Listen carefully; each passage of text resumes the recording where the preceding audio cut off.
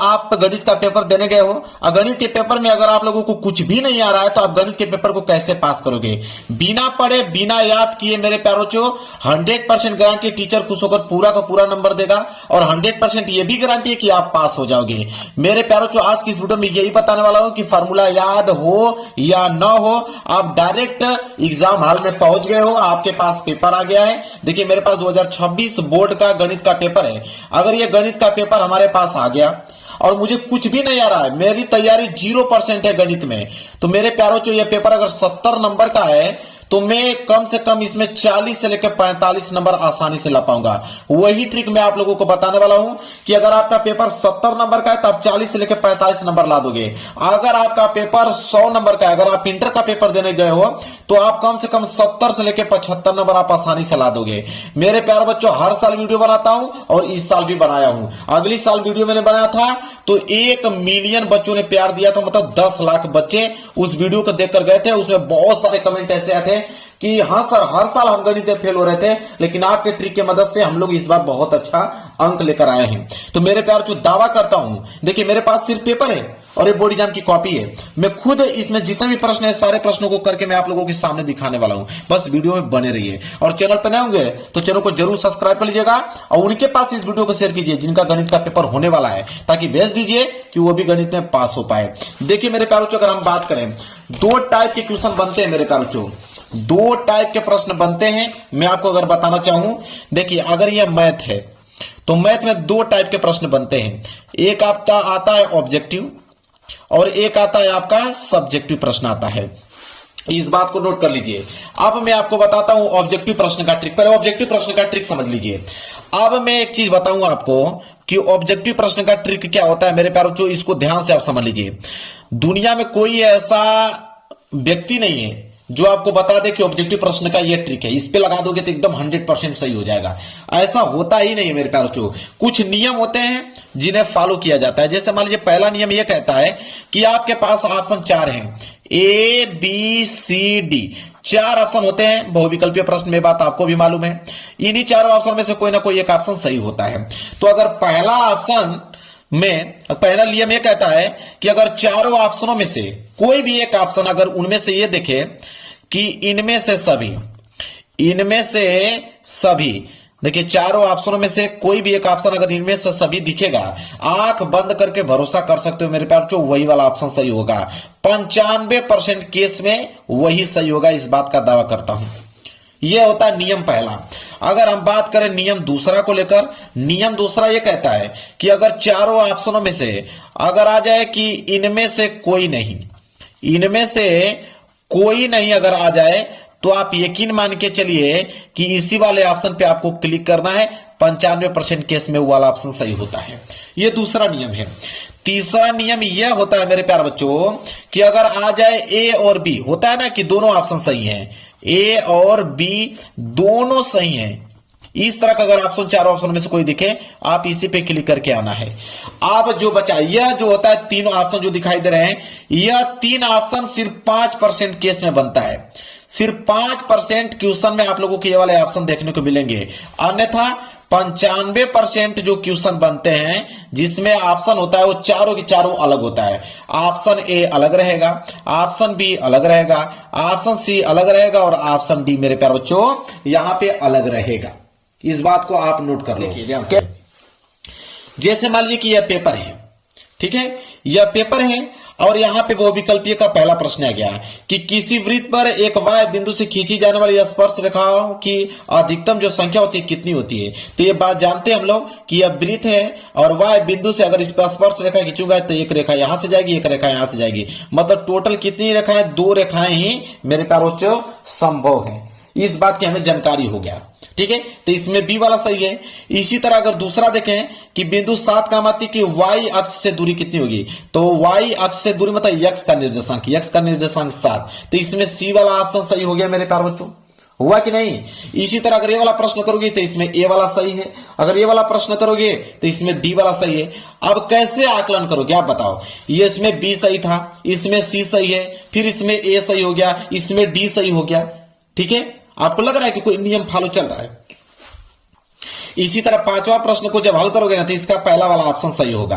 अब देखिए 5 प्रश्नों को मैं खुद आपके सामने सॉल्व किया, तो एक में बी सही है, एक में सी सही है, एक में ए सही है, फिर इसमें डी सही है, इसमें ए, मतलब 5 प्रश्न मैंने सॉल्व किया। तो 2 ऐसे प्रश्न थे जिसमें ऑप्शन ए जो है मेरे प्यारे बच्चों सही है, बाकी एक में ऑप्शन डी था, एक में ऑप्शन सी है और एक में ऑप्शन बी है, तीनों अलग अलग हैं। अब मैं आपको बताता हूं मेरे प्यारे बच्चों, देखिए जब चारों ऑप्शन आपको अलग अलग दिखे तब क्या करोगे, तो अब मेरे प्यारों जो आपको दिमाग लगाना है, आपको तुक्का लगाना है। आपको क्या लगाना है, तुक्का लगाना है मेरे प्यारों जो, तुक्का से आपको इन प्रश्नों को हल करना पड़ेगा। तुक्का ये कहता है मेरे प्यारों जो कि ज्यादातर ऑप्शन सी पे आप क्लिक करें, ज्यादातर जो आपके क्वेश्चन है वो ऑप्शन सी पे क्लिक करें।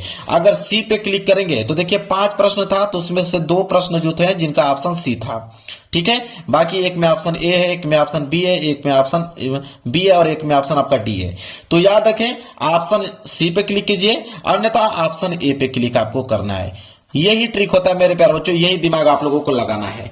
अगर रह गई बात मेरे प्यारे बच्चों, अगर हम बात करें कि गणित में नंबर किसका मिलता है मेरे प्यारे बच्चों, तब देखिए मैं आपको बताता हूं गणित में नंबर किसका मिलता है। सबसे पहला नियम यह कहता है कि गणित के जब भी क्वेश्चन आप सॉल्व कर रहे हो, सब्जेक्टिव वाला, ये तो ऑब्जेक्टिव प्रश्न का ट्रिक आपने समझ लिया, अब सब्जेक्टिव प्रश्न का ट्रिक समझिए। इसके बाद मैं सारे के सारे क्वेश्चन को सॉल्व करके दिखाने वाला हूं। देखिए सब्जेक्टिव का यह कहता है, जिसे एग्जामिनर देखकर आपको पूरा का पूरा नंबर देगा। पहला होता है कि स्टार्टिंग इज इंपोर्टेंट, सबसे ज्यादा इंपोर्टेंट है आप लोगों का स्टार्टिंग, कि स्टार्टिंग इज इंपोर्टेंट, मतलब आप किसी भी क्वेश्चन की शुरुआत कैसे करते हैं मैथ में, यह इंपोर्टेंट रखता है कि किसी भी क्वेश्चन की शुरुआत आप कैसे करते हैं। और एक चीज दूसरा नियम ये कहता है कि मैथ में जो होता है मेरे प्यारे बच्चों, गणित में आपका स्टेप मार्किंग मिलता है। आप बहुत सारे बच्चों के दिमाग में आएगा कि स्टेप मार्किंग का क्या मतलब होता है। स्टेप मार्किंग का मतलब होता है कि क्वेश्चन को बढ़ा चढ़ा कर लिखना। जैसे अगर मैं यहां पे दे दूं कि 4 भागे 2 गुणे 8, तो सारे बच्चे जवाब देंगे कि इसमें भाग दोगे तो 2 आएगा, 2 को गुणा 8 में करोगे तो 16 आ जाएगा, तुरंत एक ही लाइन में आंसर दे देंगे। लेकिन कुछ बच्चे क्या करेंगे, स्टेप को बढ़ा देंगे, वो करेंगे 4 का भाग 2 में देंगे तो 2 आएगा, यहां से आपका 8 आएगा, 8 दूनी के 16। देखिए हमने इसको 3 लाइनों में इसको क्वेश्चन को व्यक्त कर दिया और कुछ बच्चे एक ही लाइन में इसका आंसर ला दिए। तो ये होता है स्टेप मार्किंग। तो स्टेप मार्किंग पर नंबर मिलता है, मतलब क्वेश्चन को एक्सप्लेन करके लिखना। इसके बाद मेरे प्यारे बच्चों क्या किया जाता है कि क्वेश्चन में जैसे जब भी स्टार्ट कर रहे हो तो दिया है, मतलब जो जो प्रश्न में दिया है उसको दिया को उतारो। इसके बाद प्रश्नानुसार, प्रश्न के अनुसार जो क्वेश्चन बोला है उसके अनुसार क्वेश्चन को सॉल्व करो, ठीक है, ये सारी चीजें करना है। चिन्हों का प्रयोग करो, ठीक है, जो भी चिन्ह दिया गया है तो चिन्हों का प्रयोग आपको करना है। इतना काम आपको मेरे प्यारे बच्चों करना है। और एक काम और करना है कि किसी भी प्रश्न को छोड़ के नहीं आना है, सारे के सारे प्रश्नों का जवाब देना है। तो यह था ट्रिक, मैंने ट्रिक अभी बताया, अब मैं इसको अप्लाई करने वाला हूं, ठीक है। तो ऑब्जेक्टिव क्वेश्चन का ट्रिक तो मैंने बता दिया, मेन चीज रह गया आप लोगों का सब्जेक्टिव प्रश्न का। चलिए देखिए अब यहां पे हम लोग करेंगे खंड ब। मेन चीज ये है जो कि आप लोगों को करना है, खंड ब। ऑब्जेक्टिव क्वेश्चन का मैंने ट्रिक आप लोगों को बता दिया, अब खंड ब करना है। तो देखिए सबसे पहले हम लोग करेंगे क्या, सबसे पहला जो आपको काम करना है वो हर एक पेज पे आपको रोल नंबर लिखते चलना है मेरे प्यारे बच्चों। हर एक पेज पे आप लोगों को रोल नंबर लिखते चलना है ताकि आपकी कोई भी कॉपी जो है वो बदल ना सके। चलिए इतना हो गया। इसके बाद खंड ब डालना है, तो आप सबसे पहले ऊपर आप डालेंगे मेरे प्यारे बच्चों खंड ब। यहां पे मेन हेडिंग होगी आपकी खंड ब, सिंगल इन्वर्टेड कामा के अंदर उसको क्लोज कर दीजिएगा और स्केल की सहायता से आप इसके नीचे कर दीजिएगा मेरे प्यारे बच्चों अंडरलाइनिंग, ताकि दिखने में अच्छा लगे। ये हो गया खंड ब। इतना काम आपको कर देना है। खंड ब में प्रश्न संख्या 21 करने वाले हो तो आप एक लाइन का गैप छोड़कर आप यहां पे डालेंगे प्रश्न उत्तर संख्या 21। तो यहां पे हो जाएगा आपका प्रश्न उत्तर संख्या 21, प्रश्न उत्तर संख्या 21 हो गया, ठीक है। अब 21 में क कर रहे हो कि ख कर रहे हो कि ग कर रहे हो, कौन सा प्रश्न कर रहे हो।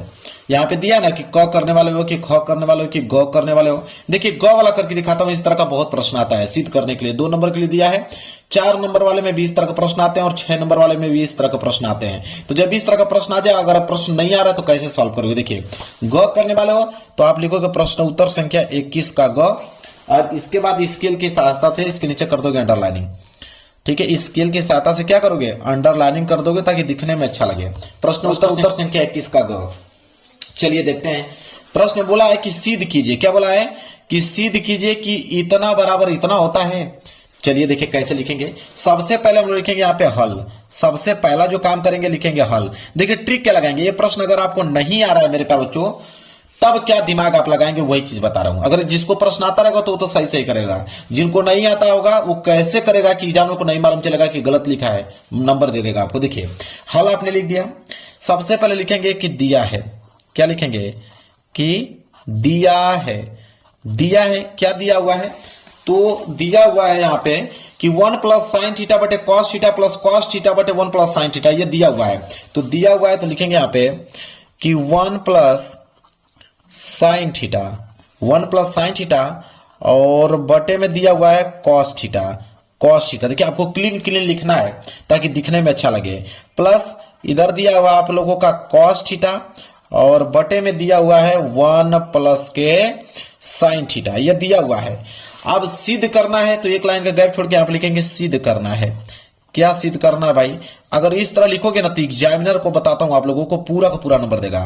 एग्जामिनर को मालूम चलेगा कि हाँ एक टॉपर कोई कॉपी लिखा है, मतलब लिखने का बस स्ट्रक्चर आपको मालूम होना चाहिए, बाकी बनाकर लिख दीजिए नंबर मिल जाएगा आपको। सिद्ध करना है, क्या सिद्ध करना है, तो सिद्ध करना है कि 2 सेक थीटा, यह सिद्ध करना है। चलिए बहुत अच्छी बात है। अब हम करेंगे क्या, यहां पे लिखेंगे कि आपका LHS हो गया या RHS हो गया, LHS सिद्ध करके RHS लाना है। तो लिखेंगे हम लोग यहां पे कि LHS लेने पर, LHS लेने पर मतलब बायां पक्ष लेने पर, LHS लेने पर, जब LHS लेने का मतलब ये वाला पोर्शन लेकर सिद्ध करके हमें इतना बनाना है। तो LHS लेने पे हम लिखेंगे 1 प्लस साइन थीटा और बटे में क्या दिया हुआ है, बटे में दिया हुआ है कॉस थीटा और प्लस यहां पे दिया है कॉस थीटा और बटे में 1 प्लस साइन थीटा। अब यह प्रश्न आपको नहीं आ रहा है, अरे कुछ नहीं आ रहा तो एलसीएम तो आ रहा है, कम से कम एलसीएम तो आप ले सकते हो, इतना बात तो आपको मालूम है, एलसीएम ले लीजिए। चलिए यहां से आप लेंगे एलसीएम। अब एलसीएम भी नहीं समझा रहा कि एलसीएम क्या लेंगे, तो ये जो दो चीज दिया हुआ उसी को पूरा का पूरा नोट कर लो। जिससे नीचे कॉस दिया है तो आप लिख दीजिए कॉस थीटा और एक क्वेश्चन में क्या दिया 1 प्लस साइन थीटा, तो आप 1 प्लस साइन थीटा लिख दीजिए। इतना तो काम कर ही सकते हो। आप कहोगे कि कॉस से कॉस तो हम कैंसिल कर दें, बच गया 1 प्लस साइन थीटा और 1 प्लस साइन थीटा, इसका गुणा इसमें कर देंगे तो अगर 2 का गुणा 2 में करेंगे तो 4 हो जाएगा। इसी तरह इसका गुणा इसमें करेंगे तो ये हो जाएगा आपका 1 प्लस साइन थीटा का होल स्क्वायर हो सकता है, बिल्कुल सही बात है। इसी तरह जब इसको काट दोगे तो कॉस थीटा का कॉस थीटा में गुणा करोगे तो ये हो जाएगा कॉस स्क्वायर थीटा। लो इतना काम करके एक स्टेप तो बढ़ाई दिए, यहाँ बराबर की चीज इस तरह लगा दो, एक स्टेप तो आपने बढ़ा दिया। अगला स्टेप भी आप सोचो कि अब अगला स्टेप हम क्या कर सकते हैं, इसमें कौन सा दिमाग लगा सकते हैं, अब आपको सोचना है इसमें। चलिए देखते हैं। तो आप कहोगे कि अरे तो ए प्लस बी का होल स्क्वायर है, तो ए प्लस बी का होल स्क्वायर है मतलब कि देखिए ए प्लस बी का होल स्क्वायर है, इसका फार्मूला कहता है कि A square plus B square plus 2ab, यह कहता है इसका फार्मूला। तो आप कहोगे चलो इसी को तोड़ देते हैं, ए स्क्वायर मतलब एक का स्क्वायर करोगे तो एक ही आएगा, बी स्क्वायर इसका करोगे तो यह आ जाएगा आपका साइन स्क्वायर थीटा, प्लस 2 हो गया ए मतलब ए का, बी मतलब साइन थीटा। इतना तो काम कर ही सकते हो ना, इतना तो दिमाग काम ही करेगा भाई, अब बनाकर लिखोगे तो। अब प्लस ये हो जाएगा आपका कॉस स्क्वायर थीटा और बटा में आप लिख सकते हो यहाँ पे कॉस थीटा, जो नीचे दिया हुआ है उसी को नोट कर लो 1 प्लस साइन थीटा। ठीक है, अब दिमाग आप लगाना यहाँ पे, आप कहना है बनाकर कि साइन स्क्वायर थीटा और प्लस कॉस स्क्वायर थीटा बराबर तो 1 होता है, इन दोनों का मान 1 लिख दो तो 1 1 मिलकर हो जाएगा 2, आप प्लस 2 को गुणा इसमें करोगे तो ये हो जाएगा आपका 2 साइन थीटा। होगा कि नहीं होगा, बिल्कुल होगा। और बटे में क्या लिखोगे, बटे में वही चीज जो नीचे दिया हुआ है कि कॉस थीटा और 1 प्लस साइन थीटा। पेज भर गया, लो भाई इतना ही आपने बनाकर लिखा कि पेज भर गया। पेज भर जाए तो कोई दिक्कत नहीं, आप यहाँ पे लिख दीजिए पीटीओ पेज टर्नओवर, पेज को पलट दीजिए, कोई दिक्कत नहीं है। चलिए जब पेज को आपने पलट दिया तो जो चीज लिखा था उसी को यहाँ पे लिख दीजिए। तो पीछे था कि 2 प्लस 2 साइन थीटा था और नीचे आप क्या था यहाँ पे कि कॉस थीटा था और 1 प्लस क्या था साइन थीटा था। अब दिमाग लगाइए, आप कहोगे 2 यहाँ पे भी 2 यहाँ पे भी, कॉमन ले लिया जाएगा, तो आप कहोगे सही 2 कॉमन ले लेंगे तो यहाँ बच जाएगा आपका 1 और प्लस इधर बच जाएगा आपका साइन थीटा और नीचे क्या बच गया आपका, नीचे बच गया यहाँ पे कॉस थीटा और कोष्टक में बच गया आपका 1 प्लस साइन थीटा। आप कहिएगा कि 1 प्लस साइन थीटा से तो कैंसिल में कर दिया, बिल्कुल सही बात है। बच गया यहाँ पे 2 कॉस थीटा और कॉस को ऊपर भेज दोगे तो सेक थीटा, मतलब 2 सेक थीटा। लो भाई आ गया, किसी न किसी तरह जोड़कर आपको 2 सेक थीटा लाना ही है और 2 सेक थीटा आ गया। जब आ जाएगा तो आप लिख दीजिएगा कि LHS जो है वो RHS के बराबर हो गया। ठीक है, यहां पे लिखिएगा इति सिद्धम, या तो हैंस प्रूफ, इंग्लिश में लिख दीजिएगा हैंस प्रूव्ड, मैंने इसको प्रूव्ड कर दिया। लो भाई आंसर आपका मिल गया, एग्जामिनर आपको पूरा का पूरा नंबर दे देगा। एक नंबर मेरे प्यारों चो काट नहीं सकता है।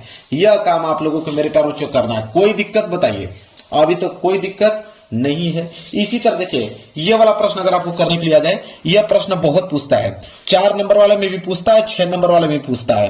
तो अगर इस तरह का प्रश्न आ जाए तो एग्जामिनर को कैसे गलत साबित करके आप नंबर ले